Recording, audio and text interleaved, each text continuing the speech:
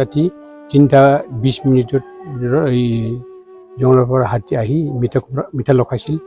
তেতিয়া মিঠা লগাৰ সময়ত এই জুই জ্বলাব বিচাৰিছিল বুঢ়ী মাইকীজনীয়ে। এই সময়তে হাতী দূৰ পেলাই মানুহজন মাৰি পেলাইছিলে মূৰত আৰু এইফালে আঙুলত ঠানি আনি আকৌ সেইফালে লৈ গৈছে। এইখিনি হাতী মানুহজনক মাৰি পেলাইছে। মহিলা সিংহৰী চৈত্যৱতী বসুমতাৰী। তাৰ হাজবেণ্ড জখম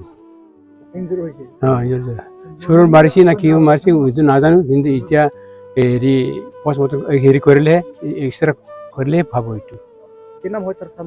স্বামীৰ নাম ছত্ৰ সিং বসুমতাৰী। আহত হৈছে বনগাঁও 3:20 বজাত।